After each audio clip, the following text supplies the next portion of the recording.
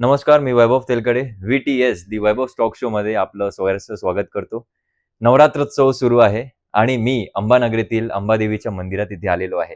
आज आपल्या मुलाखतीत आपल्याला भेटायला येणार आहे अमरावतीचं जे अंबादेवीचं मंदिर आहे त्यातील सचिव रवींद्र कर्वेकर सर. आणि या मुलाखतीत आपण प्रत्येक गोष्ट त्यांच्याकडून जाणून घेऊयात की अमरावतीचं नाव पहिले उमरावती का होतं, अमरावतीची अंबादेवीची मूर्ती ती किती वर्ष प्राचीन आहे, आणि सोबतच एकविरा माता आणि अंबादेवी या दोघी पण बहिणी आहेत की नाही आहे, आणि संपूर्ण जो इतिहास आहे जो आपल्याला माहित आहे किंवा जो काही माहित नाही आहे तो सर्व इतिहास आपण या व्हिडिओच्या माध्यमातून पुढे घेऊन येऊयात. तर चला बघूयात पुढील पॉडकास्ट. आता थेट आपल्यासोबत इथे लाईव्ह जुळणार आहेत रवींद्र कर्वेकर सर.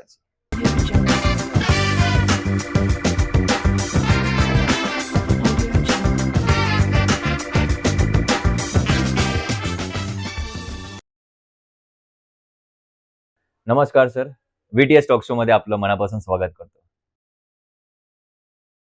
अंबानगरीतील अंबादेवीचा जो इतिहास आहे तो मला थोडाफार माहित आहे, आणि अमरावतीकरला किंवा संपूर्ण महाराष्ट्रामधील लोकांना पण तो इतिहास माहित असेल. पण त्या इतिहासा व्यतिरिक्त अजून काही गोष्टी मला तुमच्या माध्यमातून जाणून घ्यायच्या आहेत. तर काय सांगाल तुम्ही याबाबत, या इतिहासाबाबत? अंबादेवीच्या मंदिराच्या इतिहासाबद्दल सांगताना, कारण काय झालं आहे की अंबादेवी मंदिराचा जो इतिहास सांगितला जातो किंवा श्रीमद भागवत किंवा अन्य ग्रंथांमध्ये काही स्कंदांमध्ये तसा उल्लेख आहे, त्या सगळ्यांचा रेफरन्स किंवा संदर्भ देऊन आपल्याला असं म्हणता येईल की अंबादेवी मंदिराचा इतिहास हा महाभारत काळापासून चालत आलेला आहे. त्या संदर्भामध्ये आम्ही मंदिराच्या तर्फे अनेक दस्तऐवज शोधायचा प्रयत्न केला, पण नंतरच्या काळामध्ये म्हणजे महाभारत गेल्या जवळजवळ 300 ते 400 किंवा 450-500 वर्षामध्ये निझाम आणि मोगल आणि यांची प्रचंड आक्रमणं या सगळ्या मंदिरावर सुद्धा झाली. त्यांचे मंदिरे हे त्यांचं प्रमुख लक्ष असल्यामुळे त्यांनी मंदिरांना प्रामुख्याने लक्ष केलं, आणि त्या काळामध्ये अंबादेवीचं जे जुनं मंदिर होतं 400 किंवा 500 वर्षापूर्वीचं जे स्वरूप होतं ते पूर्णपणे उद्ध्वस्त करण्यात आलं. आणि त्यावेळेला उपलब्ध असलेला सगळा कागदपत्रांचा जो रेकॉर्ड म्हणतो आपण, तो रेकॉर्ड सर्व त्यांनी तो जाळून नष्ट केलेला होता. अनेक दागदागिन्यांची त्यांनी लूट केली, सगळ्या याच्यात हे केली. त्याच्यामुळे आम्ही बराच काही शोध घेतलेला आहे, पण आम्हाला काही पौराणिक ग्रंथांचा आधार घेऊनच या अंबादेवी मंदिराचा इतिहास आजच्या परिस्थितीत लोकांना सांगावा लागतो आहे. तर ती जी आलेली परिस्थिती आहे किंवा अंबादेवी मंदिरामध्ये कीर्तन महोत्सव, प्रवचनमाला किंवा अन्य गोष्टी निमित्ताने भारतातले थोर इतिहासकार, अनेक प्रवचनकार, अनेक हरिभक्तपरायण, अनेक कीर्तनकार असे मंदिरात येत असतात. आता स्वाभाविक त्यांचं त्या धार्मिक ग्रंथांचं वाचन खूप चांगलं असतं, त्यामुळे इथे आल्यानंतर ते या अंबादेवी मंदिराची जी महती सांगतात, आणि तेही तोही एक आमचा आधार आहे आम्ही ज्या अंबादेवी मंदिराचा इतिहास सांगताना म्हणून त्याच्याबद्दलचा. तर इतिहास सांगताना असं सांगता येईल की अंबादेवी मंदिराचा इतिहास हा महाभारत काळापासून आहे. आपल्या गुरुचरित्रामध्ये असा उल्लेख आहे. गुरुचरित्र हा दत्त संप्रदायामध्ये सर्वात पूजनीय ग्रंथ मानला गेलेला आहे. अत्यंत महत्वाचा मोलाचा गुरुचरित्राचा ग्रंथ आहे. मी असं ऐकलं आहे की अमरावतीचं नाव उमरावती होतं, हे खरं आहे? त्या गुरुचरित्राच्या ग्रंथामध्ये आपल्या अमरावती जिल्ह्याचं वर्णन, त्यावेळेला अमरावती हे नव्हतं, त्यावेळेला औदुंबरावती हे नाव होतं. त्याचं कारण असं होतं की या सगळ्या परिसरामध्ये उंबर ज्याला म्हणतो आपण, उंबराचं झाड, त्याचं प्रचंड मोठ्या प्रमाणामध्ये त्याचं वन होतं, घनदाट वन होतं अतिशय.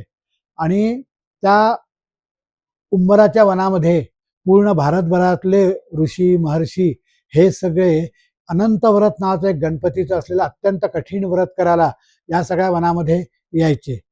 आता त्याचा औदुंबरावती म्हणून उल्लेख जरी नसला तरी त्याचा उल्लेख विदर्भ प्रदेशामध्ये औदुंबराच्या वनामध्ये असा उल्लेख गुरुचरित्रामध्ये स्पष्टपणे केलेला आहे.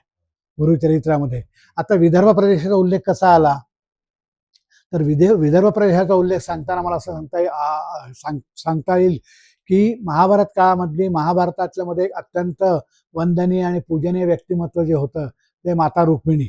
श्रीकृष्ण आणि रुक्मिणीचं विवाह हे अमरावतीच्या अंबादेवी मंदिरात संपन्न झालेलं आहे. या गोष्टी मी ऐकलेल्या आहेत. आणि कौंडण्यपूर आणि अमरावतीचं जे अंबेमातेचं मंदिर आहे, या दोन्ही गोष्टीचा काय संबंध आहे? काय सांगाल तुम्ही याबाबत? ते माता रुक्मिणीचं जे माहेर होतं ते माहेर जे आहे त्या आजच्या भाषेत आपण अमरावतीपासून जवळजवळ 35 किलोमीटर असलेला जे गाव आहे, आजच्या भाषेत त्याला आपण कौंडिण्यपूर म्हणतो. पण गुरुचरित्रामध्ये त्याचा उल्लेख कुंडीनपूर केला. महाभारत काळामध्ये त्याचा उल्लेख कुंडीनपूर असा केला जायचा. आणि मग त्या कुंडीनपूर ही माता रुक्मिणीचे जे वडील होते राजा भीष्मक, त्यांची राजधानी होती. म्हणजे हे नागपूर वगैरे हे गेला 550 मी नागपूरचं म्हणजे मी टीकात म्हणून हे सांगता. पण त्यावेळेला विदर्भ प्रदेशाची राजधानी ही कुंडीनपूर होती. वर्धा नदीच्या काठी वसलेली अशी ती कुंडीनपूर नगरी आणि ती राजा भीष्मकांची राजधानी होती. आणि माता रुक्मिणी ही राजा भीष्मकांची कन्या. आता ती राजा भीष्मक आणि तिचा भाऊ रुक्मी या दोघांनी तिचा विवाह एका राजाशी ठरवलेला होता, नियोजित केलेला होता. तो तिला मान्य नव्हता अजिबात. आणि त्यांची ही कुलदेवता होती अंबादेवी, ही कुलदेवता होती. आता ह्या कुलदेवतेच्या दर्शनाला त्यांचा दरवर्षी त्यांचा तो लवाजमा येण्याचा वगैरे सगळी परंपरा प्रथा होती सगळ्या ह्याच्यात. आता तिला तो विवाह मान्य नव्हता. तर तिने काय केलं की त्या काळात तिने ज्याला मनाने वरलेलं होतं ते भगवान श्रीकृष्ण, त्या भगवान श्रीकृष्णाला एका सुधन्वा नावाच्या ब्राह्मणाच्या मार्फत त्याच्याकडनं त्यांनी रुक्मिणीने ते भगवान श्रीकृष्णांना एक पत्र पाठवलं. आणि अनेक प्रवचनकार किंवा कीर्तनकार, भाष्यकार हा त्या म्हणजे आपल्या हिंदू किंवा भारतातलं जे पहिलं हिंदू संस्कृतीतलं पहिलं किंवा इतिहासातलं पहिलं प्रेमपत्र जर ते असेल तर ते रुक्मिणीने श्रीकृष्णाला लिहिलेलं असा उल्लेख करतात. अर्थात आपल्या दृष्टीने तो मुद्दा गौण आहे. तर अशा ह्यानी रुक्मिणीने भगवान श्रीकृष्णाला कळवलं की असा असा माझा या वेळेला विवाह संपन्न होणार आहे, तत्पूर्वी तुम्ही इथे यावं. मी तुम्हाला मनाने वरलेला आहे, मी दुसऱ्या कोणालाही वरू शकत नाही, मनाने दुसऱ्याशी लग्न करू शकत नाही. तर तुम्ही इथे यावं आणि माझ्या इथे येऊन माझं पाणी ग्रहण करून मला इथून तुम्ही घेऊन जावं.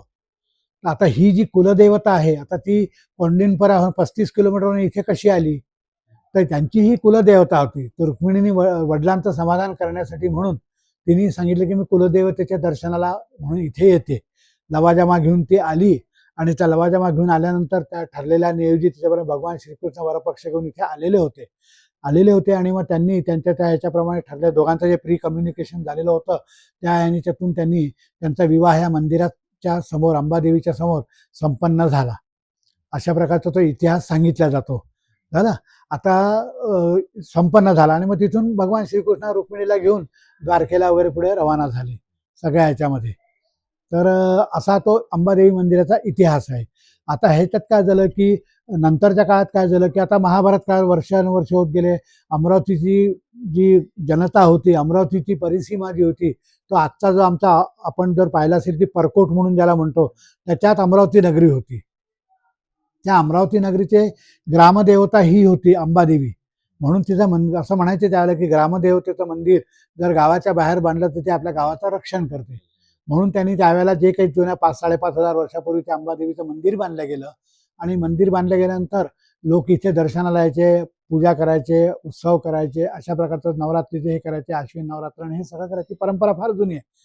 आता ह्या सगळ्या याच्यामध्ये काय झालं की भरपूर सोनं नाणं त्या काळात हिंदू राजे रजवाड्यांनी देवीला अर्पण केलेलं होतं, दिलेलं होतं. पण त्यावेळेला सिक्युरिटी व्यवस्था वगैरे आजच्यासारखी नव्हती. आणि मोगलांची आणि विशेषतः हैदराबादचा जो निजाम होता, हा सगळा जो भाग होता हा सगळा हैदराबादच्या निजामाच्या अंडर येत होता अचलपूरपर्यंत, आहे की नाही. तर त्याच्यामुळे त्यांची ही इथे या मंदिरावर नजर पडली. आणि मग त्यांनी मंदिरावर नजर पडल्यानंतर त्यांनी या मंदिराला लुटलं, मंदिराची जाळपोळ केली, पाडापूड केली, सगळी हे केली आणि जे काही सोनं नाणं जी संपत्ती काय ती लूटपार केली. आता त्या सांगतात 400-450 वर्षापूर्वीचा हा काळ आहे. 450 ते 450 वर्षाच्या मधला आजपासूनच्या पूर्वीचा हा काळ आहे तो सगळा. मी अमरावतीतील अंबादेवीच्या दर्शनाला आलो. त्यानंतर एकविरा मातेच्या दर्शनाला गेलो. मातेच्या दर्शनाला गेल्यानंतर एकविरा मातेचं जे मंदिर आहे त्यामध्ये खाली रस्ता जातो आणि तिथे जनार्दन स्वामींची मूर्ती आहे. तर त्या गोष्टीबाबत तुम्ही काय सांगाल? आणि मी तिथे मूर्ती तर बघितलीच आणि सोबतच गुफा पण आहे. तर ते कोण होते आणि का त्यांचं मंदिर तिथे बांधलं गेलेलं आहे? हे जो अंबादेवी आणि एकविरा देवी यांच्यामध्ये जो नाला वाहतो, आज त्याला आपण नाला म्हणतो, पण त्यावेळेला अंबा नदी म्हणायची. त्यावेळेला तिचं स्वरूप मोठं विस्तृत होतं. पण लोकांचे मग आक्रमण होत गेले, अतिक्रमण होत गेले आणि सगळ्या याच्यामध्ये या सगळ्या याच्यामध्ये तो नदीचं स्वरूप नाला म्हणून त्याला येऊन गेलं. तर त्यावेळेला त्या अंबा नदीच्या किनारी एक जनार्दन स्वामी म्हणून अत्यंत थोर कठोर असे व्रतस्थ जीवन जगणारे एक ऋषी होते. ते नदीच्या त्या पलीकडे राहायचे नदीच्या तिथे.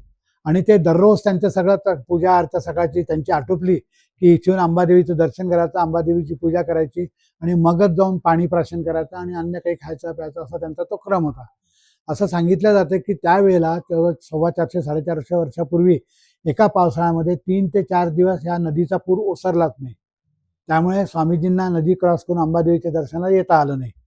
आता त्याच्यामुळे त्या स्वामीजी जे आहे ते त्यांच्या ध्यानस्थ अवस्थेमध्ये 2-3 दिवस उपाशी तापाशी बसून होते पूर्णपणे. आणि त्यांची ही कठोर तपश्चर्या पाहून देवी त्यांना प्रसन्न झाली. देवीने त्यांना दृष्टांत दिला आणि देवीने सांगितले की आपण जिथे आपण म्हणजे जिथे आपण राहतात, जिथे तुम्ही राहता आहात आणि जिथे तुम्ही बसून उपासना करता आहात तिथे एक विहीर आहे. त्या विहिरीमध्ये माझा टाक आहे. टाक म्हणजे देवीची छोटी दगडी मूर्ती. तो टाक आहे. तो टाक तुम्ही त्या विहिरीतून काढा, त्याची पूजा करा आणि उपास सोडा. आणि हे सगळं केल्यानंतर त्याने टाक काढला विहिरीतून, व्यवस्थित त्याची शास्त्रोक्त पद्धतीने पूजा केली, प्रतिष्ठापना केली आणि मग ती उंचावर नाल्याच्या पुलाचा त्रास वगैरे होऊ नये म्हणून तर ती त्यावेळेला छोटी मूर्ती असेल, टाक म्हणजे छोटी मूर्ती असते, तर ती त्यावेळेला त्यांनी तिथे प्रतिष्ठापना केली. जिथे आजची एकविरा देवीची मूर्ती आहे तिथे त्यांनी प्रतिष्ठापना केली. आणि मग नंतर ते पूर ओसरल्यावर इथे आले आणि त्यांनी तर त्या मोगली आक्रमणाच्या काळामध्ये त्यांनी ही अंबादेवीची जी मूर्ती होती, कारण त्यावेळेला एकविरा देवीची मूर्ती नव्हती. तर त्यांनी मग त्या काळामध्ये मोगली आक्रमण या सगळ्या याच्यामध्ये त्यांनी ती मूर्ती जीवापलीकडे लपवून ठेवली, जपली, लपवली. त्याच्यामुळे ज्या अनेक मूर्तीचं भंजन करण्यात आलं, मूर्ती तोडण्यात आला त्या मोगली आक्रमणाकडनं, त्याच्यातून ही अंबामातेची मूर्ती कशी बशी वाचवली त्यांनी. आणि मग हे सगळं करता करता मोगली आक्रमण कमी झाले, इंग्रज आले आणि मग त्या काळात परिस्थिती बदलली, थोडीशी हे झाली, नाही म्हटलं तरी थोडंसं संरक्षण सगळ्या मंदिरांना प्राप्त झालं. तर मग ती मूर्ती काही तत्कालीन भाविकांनी शोधून काढली. जनार्दन स्वामी ते गेले नंतरच्या काळात त्यांनी लपवून ठेवलेली मूर्ती शोधून काढली आणि त्याची प्रतिष्ठापना पुन्हा त्यांनी केली. असा तो हे आहे आता त्या ह्याच्यातला. मग नंतरही मंदिराचं स्वरूप बदललं गेलं, पण मग ते कालोगामध्ये बऱ्याच वेळा तुटफूट झाली, हे झाली, सगळी ती झाली. त्यामुळे तुम्हाला आजचं जे मंदिराचं स्वरूप दिसतं आहे हे गेल्या 70 ते 80 वर्षातलं आहे मंदिराचं स्वरूप. अमरावतीची जी अंबादेवीची मूर्ती आहे ती किती प्राचीन आहे आणि कोणत्या रॉकनी ती बनलेली आहे? आता त्या महाभारत काळापासून त्या मूर्तीचा उल्लेख असल्यामुळे आता ही मंदिराची स्थापना असं नाही म्हणतात, कारण हे मंदिर नवीन फॉर्म झालेलं नाही. आमचे अनेक शंकराचार्य आणि हे येतात ते म्हणतात की ही देवीची मूर्ती स्वयंभू आहे. स्थापित मूर्ती वेगळी असते आणि स्वयंभू मूर्ती वेगळी असते. त्याच्यामुळे तर ती ही स्वयंभू मूर्ती आहे. त्याच्यामुळे त्याचा इतिहास असला तरी तो 7-8 हजार वर्षापूर्वीचा केव्हाचा तरी असेल, पण ते रेकॉर्ड सगळा जाळून टाकल्यामुळे त्याचा काही असा वेगळा हे नाही. आता या अंबादेवीची एवढी ख्याती त्यावेळेला काळात पसरलेली होती की त्याच्यामुळे मुंबईच्या पुण्याच्या 2-3 बखरकार ज्या ऐतिहासिक सगळे लिहून ठेवतात दस्तऐवज, अशा अनेक बखरकारांनी तर त्यांनी त्या काळामध्ये त्या बखरकारांनी लिहून ठेवलं की उंबरावतीच्या अंबेला शिवाजी महाराजांच्या राज्याभिषेकाची पत्रिका गेली असा उल्लेख केलेला आहे. असा त्या बखरीमध्ये उल्लेख आहे. सगळं जो रेकॉर्ड जळाला त्याच्यात ते पत्रिका सुद्धा जळालेली असणारच नक्की अशा ह्याच्यात. तर त्याच्यामुळे आता आम्ही तिथल्या 2-3 पुस्तकालयांना लिहिलेलं आहे की जी पुस्तकांमध्ये जसे बखरींमध्ये उल्लेख आहे तो तुम्ही आम्हाला द्या, तुम्ही त्याचा रेफरन्स, म्हणजे आम्हाला त्याची पुष्टी करता येईल सगळ्या ह्याच्यामधून. आणि आता लोक जे सांगतात, इतिहासकार जो येतो तो इतिहास वाचूनच पुढे बोलत असतो, तो काही मनचं सगळं उगाच खपाखपी करत नाही, लावत नाही. तर हा सगळा त्याचा इतिहास आहे. आणि मग नंतर काय झालं की जसजसं मंदिर झालं सुरू, इंग्रजांच्या काळामध्ये सामाजिक परिस्थिती बदलली, लोकांना पूजा अर्चा करायला भरपूर वाव मिळाला, मंदिराचं स्वरूप आलं, अनेक पुजारी इथे पूजा करत होते, उपासना करत होते. मग अश्विन नवरात्रोत्सव हा देवीचा सर्वात मोठा उत्सव मानला जातो.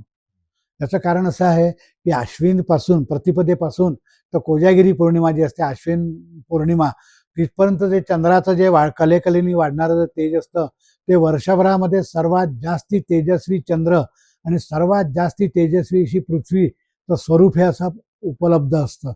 त्याच्यामुळे अश्विन नवरात्राला एक अनन्यसाधारण महत्त्व आहे. त्याच्यामुळे शक्तीची उपासना त्या काळात केली जात असते, म्हणून देवीची उपासना त्या काळात केली जात असते. तुम्ही पहा की अश्विन नवरात्र उत्सव काळामध्ये प्रतिपदा ते पौर्णिमा या सगळ्या काळामध्ये अन्य देवतांची उपासना कमी केली जाते, म्हणजे कमी कम्पॅरेटिव्हली कमी केल्या जाते. पण देवीची उपासना जागोजागी, देवीची उपासना मला गल्लोगल्ली जागोजागी सगळीकडे दिसेल तिथे. त्याच्या मागचं तेच कारण आहे, शास्त्रीय कारण, की प्रतिपदा ते अश्विन पौर्णिमा, कोजागिरी पौर्णिमा या काळामध्ये चंद्राचं आणि पृथ्वीचं तेज हे अतिशय टॉपला, म्हणजे सर्वोच्च ठिकाणात गेलेलं असतं असं शास्त्र मानतं. त्याच्यामुळे तर लोकांनी मग अश्विन नवरात्र उत्सव सुरू केला, सगळ्या ह्याच्यामध्ये सुरू केला. कालोगामध्ये बरेच बदलत गेले, हे झाले सगळ्या ह्याच्यामध्ये. आणि मग त्या नंतर काय झालं की मग म्हणजे त्यावेळेचे काय अमरावती शहरातले जे जुने प्रतिष्ठित होते, म्हणजे ही साधारणतः 1940-50च्या नंतरची घटनाक्रम सांगतो मी तुम्हाला आता. तर त्या काळात अमरावती शहरातले जे प्रतिष्ठित नागरिक होते, त्या प्रतिष्ठित नागरिकांनी एकत्र यायला आणि त्यावेळेला त्यांनी काही जणांनी एक ग्रुप बनवला, मंडळ बनवलं, आणि त्या मंडळाद्वारे या मंदिराचं संचालन केलं जात होतं, परिचालन केलं जात होतं. नंतर मग 1960मध्ये महाराष्ट्र राज्य उदयाला आलं, आणि मग महाराष्ट्र राज्याचे सरकारच्या नियमांप्रमाणे त्यांनी मग सगळ्या याच्यामध्ये महाराष्ट्र पब्लिक ट्रस्ट ॲक्ट लागू केला, की जेवढे धार्मिक संस्थानं आहेत सगळे हे त्यांना या पब्लिक ट्रस्टच्या अंडर रजिस्टर व्हावं लागेल म्हणून. मग त्यावेळेची जी उपलब्ध विश्वस्त मंडळी होती, त्यांनी सगळ्यांनी 1960 साली महाराष्ट्र शासन झाल्यानंतर 1962 साली श्री अंबादेवी देवस्थान या नावाने एक रजिस्टर्ड ट्रस्ट स्थापला. आणि मग रजिस्टर ट्रस्ट स्थापला, त्याचा सरकारकडे चॅरिटी कमिशनकडे बाकी होता, त्याची नोंदणी झाली सगळ्या ह्याच्यात, आणि नंतर कारभार अधिकृत ट्रस्ट म्हणून त्याला सुरूच झाला. मग ते कालोघात तसतसं पास होत होतं, आणि मग थोडंसं मूर्तीला काही ठिकाणी असं वाटत होतं की बा ही मूर्ती थोडीशी काहीतरी क्षती होते आहे, किंवा अभिषेक आणि हे जे आपण करतो सगळ्या ह्याच्यामध्ये मध, दूध, तूप, साखर यांच्यामुळे कुठेतरी काय होतं. म्हणून त्यावेळेचे जे सांगता 2014-15च्या दरम्यानचे आमचे जे काही ट्रस्टी मंडळी होती, 2011-12च्या सुमार 11 ते 14च्या काळामध्ये त्यांच्या हे लक्षात आलं की मूर्तीला कुठेतरी थोडंफार काहीतरी होतं आहे. म्हणून मग त्यांनी काय केलं की आर्किओलॉजिकल डिपार्टमेंट जे आहे गव्हर्नमेंट ऑफ इंडियाचं, त्यांचं एक सेंटर जे आहे ते औरंगाबादला आहे, वेरूळ, अजंठा याच्यामध्ये ते सेंटर आहे. तर मग त्यांना आम्ही आमच्या त्यावेळेच्या ट्रस्टींनी पत्र लिहिलं, आणि त्यावेळेला पत्र लिहिल्यानंतर मी होतो त्यावेळेला, ट्रस्टी होतो त्यावेळेला, तर आम्ही लोकांनी त्यांना पत्र लिहिलं. पत्र लिहिल्यानंतर मग किंवा तुम्ही एकदा येऊन इथे, त्यांच्या अनेक प्रकारच्या टेस्ट असतात मूर्तीचं वय ठरवण्याच्या, त्याला कार्बन टेस्टिंग आणि काय अन्य अन्य नावं आहेत त्याचे सगळ्या ह्याच्यातले. मग त्यावेळेला ते जे डेप्युटी डायरेक्टर होते श्री सिंग म्हणून, अजंठा, एलोरा आणि बाकी सगळ्यांचा त्यांच्याकडे पूर्ण चार्ज होता. तर ते त्यावेळेला इथे आलेले होते, त्यांना 2 दिवस आम्ही विशेषत्वाने बोलवलं होतं. त्यांनी मूर्तीचं पूर्ण निरीक्षण केलं, काय त्यांच्या ज्या टेस्ट असतील, एक्सरे टेस्ट, कार्बन टेस्ट, काय काय त्यांनी त्या टेस्ट केल्या. आणि मग त्यांनी त्यावेळेला सांगितलं की ही मूर्ती जवळपास त्यावेळेला म्हणजे 2013-14 मधली गोष्ट आहे. त्यांनी त्यावेळेला सांगितलं की ही मूर्ती साधारणतः 5400 ते 5500 वर्ष जुनी आहे. त्याच्यामुळे जो इतिहासकार जे सांगतात की महाभारत काळापासूनची ही आहे, तर त्याची ती तार्किकता, त्याची कुठेतरी लिंक ती तिथे लागते. आता ही मूर्ती आहे, ही मूर्ती बॅसॉल्ट म्हणून जो खडक असतो, त्या बॅसॉल्ट रॉकची असं मानतात. या सगळ्या खडकांच्या प्रकारामध्ये बॅसॉल्ट रॉक हा जास्ती लॉंग टर्म सेवा देणारा, म्हणजे जास्ती टिकणारा असतो. तो लवकर भंगत नाही, लवकर फुटत नाही, की असा होत नाही. तर अशा याची ती मूर्ती बनवलेली आहे.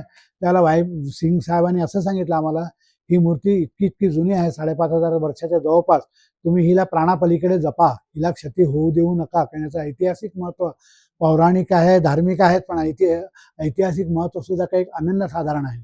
तर तुम्ही ही जपा मूर्ती तुम्ही याच्या पलीकडे. मग त्यांनी काय नॉमिनल थोडंफार काहीतरी बारीक सारीक जे आवश्यक होतं तेवढं केलं त्याच्यावरती, आणि मग ते नंतर निघून गेले सगळ्या याच्यामध्ये. अमरावतीमधील जे अंबादेवीचं ट्रस्ट आहे, हे ट्रस्ट गव्हर्नमेंट ट्रस्ट आहे की प्रायव्हेट ट्रस्ट आहे? हा पूर्णपणे प्रायव्हेट रिलिजियस ट्रस्टमध्ये येतो. हां, आता याच्यामध्ये गव्हर्नमेंटचा म्हणजे फक्त चॅरिटी कमिशनर म्हणून जी व्यवस्था आहे सरकारची, त्यांच्यामार्फत फक्त आमच्यावर सुपरविजन केलं जातं. त्यांचा प्रत्यक्ष सहभाग याच्यामध्ये काहीही नसतो. हा ट्रस्ट आहे. ट्रस्ट जो आहे तो मुळात सुरुवातीला 27 जणांचा होता, पण नंतरच्या काळामध्ये 1962 साली घटना केलेली होती, ती जवळजवळ 60 वर्ष जुनी झालेली होती, आणि ती त्या काळांच्या गरजा आणि त्या सगळ्या केल्या होत्या. तुम्हाला माहिती आहे की कालानुरूप जो आपण बदल करत गेलो, तर त्याचे आपल्याला फायदे लॉंग टर्म पुढे मिळत असतात. मग आम्ही 2021-22 मध्ये घटना आम्ही नवीन तयार केली, म्हणजे जुन्या घटनेमध्ये मॉडिफाय करून ती आम्ही करून घेतली. आणि मग ती जी 27ची संख्या होती ती हळूहळू जुने ट्रस्टी एक्सपायर होत गेले, सगळे हे होत गेले. मग आम्ही ती संख्या 15वर आणली करून. एकंदर सगळ्या दृष्टिकोनातून सुचारू पद्धतीने सगळं त्याचं परिचालन चालावं म्हणून ट्रस्टची संख्या आम्ही 15वर आणली. आता ह्या ट्रस्टला सरकारकडनं 1 रुपयाही मदत मिळत नाही. कारण काय की आपल्या महाराष्ट्र सरकारच्या किंवा केंद्र सरकारच्या एकंदर धार्मिक धोरणांमध्ये असं आहे की ते फक्त अल्पसंख्याक समाजाला, जिथे जिथे अल्पसंख्याक समाज आहे त्यांनाच त्यांची त्यांची श्रद्धास्थानं, प्रार्थनास्थानं हे डेव्हलप करायला मदतीचे प्रोव्हिजन आहे कायद्यामध्ये. हिंदू मंदिरांच्यासाठी काहीही प्रोव्हिजन नाही. या उलट पूर्णपणे सगळ्या प्रकारचे टॅक्सेशन, म्युनिसिपल टॅक्सपासून तर अगदी इन्कम टॅक्सपासून हे सगळे या हिंदू मंदिरांवर लादलेले आहेत. त्याच्यामुळे सगळ्या सरकारच्या ज्या टॅक्स आणि ज्या रेग्युलर कंडिशन्स आहेत त्या सगळ्या आम्हाला लागू होतात. फक्त चॅरिटी कमिशनचं सुपरविजन आहे आमच्यावरती, बाकी काही नाही. अंबादेवी मंदिरातील लाखो भक्त येतात. संपूर्ण महाराष्ट्रातून, विदर्भातून लोक इथे दर्शनाला येतात. तर भक्तांकडून जे दान आलेलं असतं त्या दानचं तुम्ही कशा प्रकारे उपयोग करता? तर त्या फंडिंगचं जे आहे ते फंड जे आहे ते केवळ आमच्याकडे ज्या पेट्या आहे, त्या लोक दानपेटीमध्ये जे रक्कम टाकतात किंवा पावतीद्वारे जे देणगी देऊन पावत्या फाडतात, त्या सगळ्या याच्यातून तो कारभार चालतो सगळा, आहे की नाही.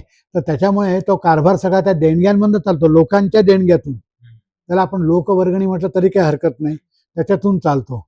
आणि मग त्याच्यातून सगळा चालत असताना मंदिरामध्ये असलेला मंदिराचा जो आस्थापना खर्च आहे, म्हणजे इलेक्ट्रिसिटी आहे, बाकीच्या लागणाऱ्या सगळ्या गोष्टी आहे, पूजा अर्चेसाठी लागणारा, देवीचा नैवेद्य, हा सगळ्या गोष्टीसाठी लागणारा खर्च.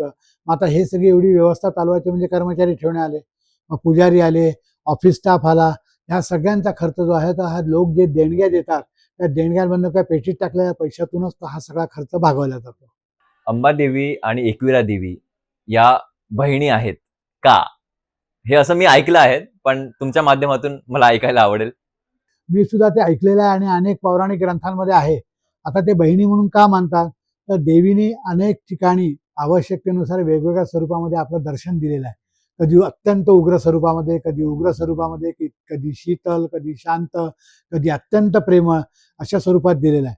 तर आंबेचं रूप जे आहे ते मुळात अत्यंत उग्र स्वरूप आहे आणि एकविरेचं दैवत अगदी बिलकुल म्हणजे ज्याला म्हणतं प्रेमळ आणि अशा प्रकारचे ते रूप आहे ते सगळ्या याच्यामध्ये.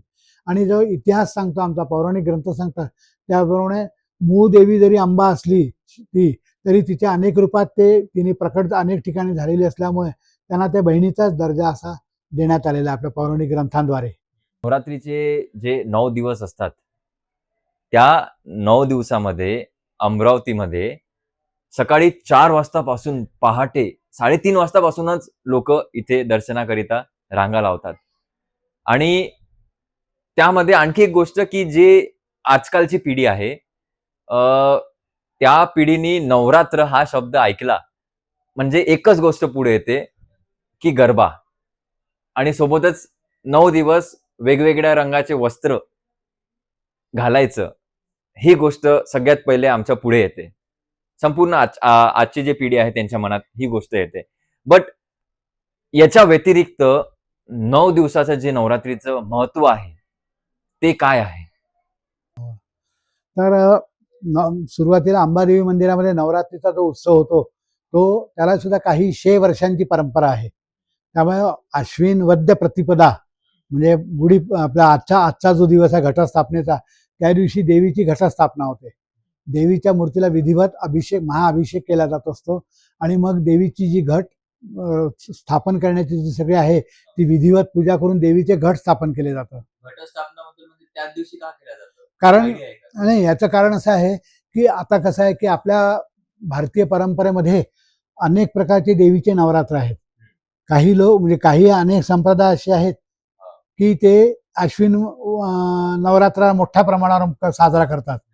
आणि मग देवीचे काही लोक चैत्र शुद्ध प्रतिपदेपासून तर चैत्र पौर्णिमा म्हणजे गुढीपाडव्याच्या दिवसापासून तर हनुमान जयंतीपर्यंत असा सगळ्या प्रकारचा दुसरा चैत्रोत्सव किंवा चैत्र नवरात्र उत्सव साजरा होतो.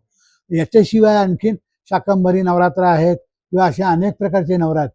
ते वर्षभर कुठल्या ना कुठल्या महिन्यामध्ये म्हणजे आपल्या हिंदू संस्कृतीप्रमाणे चैत्र शुद्ध वगैरे चैत्र वैशाख ज्येष्ठ आषाढ वगैरे या सगळ्या महिन्यांमध्ये विशिष्ट कालावधीमध्ये अनेक ठिकाणी अनेक प्रकारची नवरात्र साजरी केली जातात. पण आपल्या अमरावतीच्या अंबादेवी मंदिराच्या याच्यात अश्विन नवरात्राला फार मोठं महत्त्व आहे. तसं चैत्र नवरात्रही साजरं होतं, पण चैत्र नवरात्र साजरा करण्याचं प्रमाण थोडंसं कमी आहे. अश्विनला मात्र सर्वोच्च स्थान देण्यात आले नवरात्राला. जसं नवरात्र सुरू झालं तर वेगवेगळे रंग दिसतात. पहिल्या दिवशी वेगळा, दुसऱ्या दिवशी वेगळा, तिसऱ्या दिवशी वेगळा, असं 9 दिवसापर्यंत वेगवेगळे रंग असतात. त्या रंगांबाबत तुम्ही काय सांगाल? त्याबद्दल आम्ही अनेक मोठ्या मोठ्या आचार्यांशी बोललेलो आहे. म्हणजे आत्ताच काही दिवसापूर्वी करवीर पीठाचे शंकराचार्य येऊन गेले. धर्मशास्त्रातले अत्यंत अभ्यासू, जाणकार, अथॉरिटी म्हणून ज्याला म्हणते ते आहेत. त्यांच्याचबरोबर नागपूरचे आर्वीकर शास्त्री होते आणि याही पूर्वी वर्षामध्ये अनेक लोक येऊन गेलेले आहेत, मोठे मोठे विद्वान, वेदशास्त्र संपन्न आणि अगदी बिलकुल खरं. त्या सगळ्यांना आम्ही असं विचारलेलं आहे की हे 9 दिवसाचं रंगाचं काय महत्व आहे बा. सोमवारी उदाहरणार्थ म्हणजे सोमवारी हा रंग, मंगळवारी तो म्हणजे प्रतिपदेला हा रंग, द्वितीयेला हा रंग, तृतीयेला. तर त्याच्यात त्यांनी सांगितलं की असं पुराणांमध्ये, देवीच्या पुराणांमध्ये असं कुठेही सांगितलेलं नाही आहे. देवीच्या पुराणामध्ये असं कुठेही सांगितलेलं नाही. हा गेल्या 15 ते 20 वर्षाचा तुम्हाला आठवत असेल कदाचित, तर तुम्ही अगदी लहान असाल त्यावेळेला, पण 15 वर्षापूर्वी जवळपास हे प्रकरण कुठेही नव्हतं की प्रतिपदेला हाच रंग घातला पाहिजे. कारण आमचं सगळं आयुष्य सगळ्या मंदिराच्या या सगळ्या ह्याच्यात गेलेल्या लहानपणापासून पाहत आहोत. त्याच्यामुळे असं पुराणात कुठेही उल्लेख नाही आहे. त्यामुळे हे मोठे मोठे जे शास्त्राचे अधिकारी होते, शास्त्राचार्य होते, त्यांनी सांगितले की असं रंगाचं आणि तिथीचं काहीही महत्त्व नाही आहे. ह्या नवरात्राला महत्त्व हेच आहे की जसं मी सुरुवातीला सांगितलं की चैत्र शुद्ध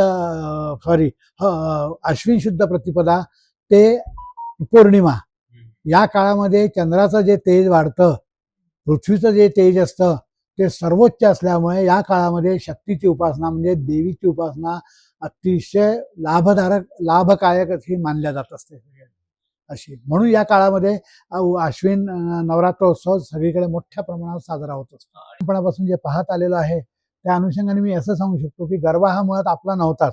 गरबा हा गुजरात प्रांतातला, काठियावाडी आणि हा सगळ्या भागातला गरबा हा होता. आता काय व्हायचं की आपल्याकडे जसे अनेक प्रकारचे उत्सव होतात आणि उत्सवामध्ये मग महिलांना आपल्याकडे मंगळागौर किंवा हे जे अन्य अनेक असे उत्सव होत असतात, त्याच्यामध्ये महिलांना घराबाहेर पडून किंवा पुरुषांना घराबाहेर म्हणजे वेगळे रेग्युलर दैनंदिन जीवनाशिवाय काहीतरी विरंगुळा असावा म्हणून हे सगळं केलं जातं. तर काठियावाड किंवा ह्या सगळ्या भागामध्ये जो गरबात्सव व्हायचा तो त्यांचा बा रात्री दिवसभर कामं करून थकून आलेला, सगळं केलेलं, जेवण झालं, फ्रेश झालेला आहे आणि रात्रीचा चंद्राच्या ज्या वाढत्या चंद्राच्या प्रकाशामध्ये तो ऍक्टिव्हिटी करतो, सांस्कृतिक ऍक्टिव्हिटी करतो. हे गरबाचं जे आजचं स्वरूप आलेलं आहे हे गेल्या 30-40 वर्षातलं आहे. त्याच्या आधी असं नव्हतं. त्यावेळेला टिपऱ्याही नव्हत्या, त्या काळात काहीही नव्हतं. जे मी वाचलेलं आहे त्याच्यामध्ये माणसाच्या शरीराला, बायकांच्या शरीराला व्यायाम व्हावा म्हणून शारीरिक नृत्याचाच भाग जास्ती होता त्याच्यामध्ये. आणि मग ते गरबा मात्र सगळ्यांचे कामं धामं टोपले किंवा रात्रीच्या वेळेला निवांत आहे बा 9, 9:30, 10च्या नंतर इकडे चंद्र उगवत आहे छानपैकी, शीतल प्रकाश सगळीकडे पसरलेला आहे आणि त्या काळामध्ये गरबा हा आता नवीनच्या 15, 20, 25 वर्षातला शब्द आहे. त्याच्या आधी आपण श्रीकृष्णाचा जर इतिहास करू त्यावेळेला रासलीला होती. आता रासलीलाचा अर्थ काय झाला नेमका की आमच्या इथल्या काही विकृत लोकांनी त्याचा रासलीलेचा अर्थ घाणेरडा करून टाकला. म्हणजे त्याचा एकंदर आपल्या कामवासना आणि याच्याशी संबंध जोडला. रासलीला म्हणजे काय की संध्याकाळच्या अंधारात जे खेळ खेळल्या जातात, जी लीला केली जाते ती रासलीला. आणि त्यावेळेला भगवान श्रीकृष्णांच्या बद्दल चरित्रांमध्ये वर्णन आहे की भगवान श्रीकृष्ण आणि सगळे तुम्हाला माहिती की त्या काळामध्ये प्रामुख्याने शेतकरी संप्रदाय आणि हा सगळा बलरामाच्यामुळे सगळा होता. तर ते लोक दिवसभर सगळे कामं करून थकलेले असायचे. मग रात्री जेवण वगैरे करून विरंगुळा म्हणून, फ्रेश म्हणून ते रात्रीच्या काळामध्ये अशी काही शारीरिक नृत्य, शारीरिक गतिविधी असे करायचे की जेणेकरून त्यांना त्याचा व्यायामही व्हायचा, जेणेकरून विरंगुळाही व्हायचा आणि एक चांगला त्याच्यातून हिंदू चांगला मेसेज द्यायचा म्हणून ती. पण हे जे आजचं गरबा वगैरे आहे हे गेल्या 25 किंवा 30 वर्षातलं आलेलं एक फॅड आहे. त्याच्यानंतर तरुण पिढी का ओढल्या गेली त्यांच्याकडे त्याच्याबद्दल. तर तरुण पिढीला काय असतं, काहीतरी त्यांना नवीन हवं असतं, आहे की नाही? हा, एंडिंग हवं असतं. आता दुर्दैवाने काय झालेलं आहे की श्रीकृष्णाच्या रासलीलेचा जो संदर्भ होता तो त्या शारीरिक आणि फिटनेस आणि या सगळ्या गोष्टींशी रिलेटेड होता. आजच्या काळामध्ये काय झालेलं आहे की गरबा रात्री बेधुंद होऊन नाचण्याचा असा एक इव्हेंट म्हणून आज सगळा आलेला आहे. आणि आपल्याकडे माहिती आहे की व्यवसायी लोक टपरून बसलेले असतात, ते कुठल्याही गोष्टीचं व्यावसायीकरण करतात.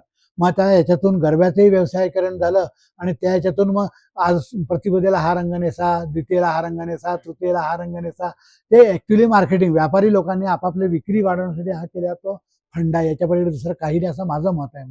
तुमचं जे ट्रस्ट आहे ते कशा प्रकारे नवरात्र साजरं करतात? मंदिराच्या ट्रस्टमध्ये आम्ही सर्वात प्रामुख्याने धार्मिक उपासनेला महत्त्व देतो. आमच्याकडे गरबा किंवा नृत्य या प्रकाराला काहीही स्थान नाही आहे. मग आता अंबादेवी मंदिराचा हा नवरात्र उत्सव होतो. सकाळी 9 दिवसपर्यंत देवीची घटस्थापना होऊन आणि देवीची व्यवस्थित अभिषेक होतो आणि मग 9 दिवसपर्यंत रोज महाअभिषेक संपन्न होऊन देवीच्या घटाची स्थापन केलेल्या रोज पूजा होते आणि मग देवीला नैवेद्य 12 वाजता अर्पण केला जातो आणि मग त्याच्यानंतर संध्याकाळपर्यंत मंदिरात दर्शनाला लोक येत असतात. रात्री 11:30-12च्या सुमारामध्ये आरती मंडळ इथे आहे. त्या आरती मंडळाजवळ 50-60 वर्षाचा इतिहास असलेलं आरती मंडळ आहे. तर ते लोक सगळे येतात आणि मग ते तिथे आरत्या जवळपास देवीच्या आरत्या, भारुडं, गोंधळ हे सगळे रात्री हे करून देवीचा जगराता, हिंदी भाषेत ज्याला जगराता म्हणतात ते आपण जागरण म्हणतो, ते साधारणतः 1.5-1 तास ते त्याच्यातलं हे करतात ते त्याच्याबद्दलचा. अशा रीतीने नवरात्रोत्सवाचा दिवस रात्री 1-1:30च्या सुमारामध्ये जगरातानंतर संपतो तो. अमरावतीकरसाठी 2 शब्दांमध्ये तुम्ही काय संदेश द्याल? अमरावतीकरांसाठी सांगू इच्छितो की आपल्या सर्वांचं ज्या ग्रामदैवत आहे या अंबादेवी संस्थानचे सगळे विश्वस्त आपल्या अमरावतीकरांसाठी सर्वोत्तम सुविधा पुरवण्याचा प्रयत्न करीत आहेत. या सगळ्या संदर्भामध्ये मंदिर स्वच्छ राहावं, परिसर स्वच्छ राहावा यासाठी सगळ्या भक्तमंडळींचं सहकार्य तेवढंच अपेक्षित आहे. येणाऱ्या काळामध्ये नवरात्र साजरं होत असताना येणारा विजयादशमी उत्सव आहे, दीपोत्सव आहे आणि सगळ्या येणाऱ्या काळात सगळ्या घटनाक्रमांसाठी अंबादेवी संस्थानतर्फे मी केवळ अमरावतीकर नव्हे, केवळ वैदर्भीय नव्हे तर संपूर्ण भारतभरातील सर्व हिंदू बांधवांना, हिंदू नागरिकांना मी मनपूर्वक शुभेच्छा देतो आणि अंबादेवीच्या चरणी प्रार्थना करतो की सर्वांचं कल्याण कर, सर्वांना चांगलं दीर्घायुष्य दे, आयुरारोग्य दे, सर्वांना यशस्वी कर, कोणावरही संकट येऊन कोणाचंही नुकसान होऊ नको.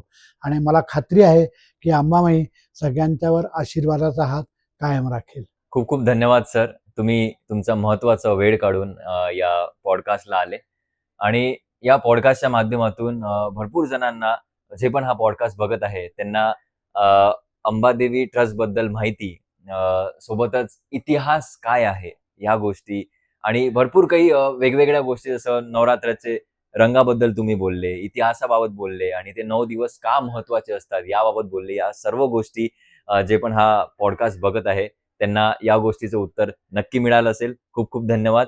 तुम्ही या शोला आले आणि हां, सबस्क्राईब करायला विसरू नका. कारण जर तुम्ही हे चॅनल सबस्क्राईब केलं तर तुमच्याच माध्यमातून असे भरपूर काही सेलिब्रिटीज आणि गेस्ट आम्ही पुढे घेऊन येऊ. खूप खूप धन्यवाद. तुम्ही सगळे हा पॉडकास्ट बघत आहात आणि असंच तुम्ही सपोर्ट VTS टीमला करत राहा. धन्यवाद.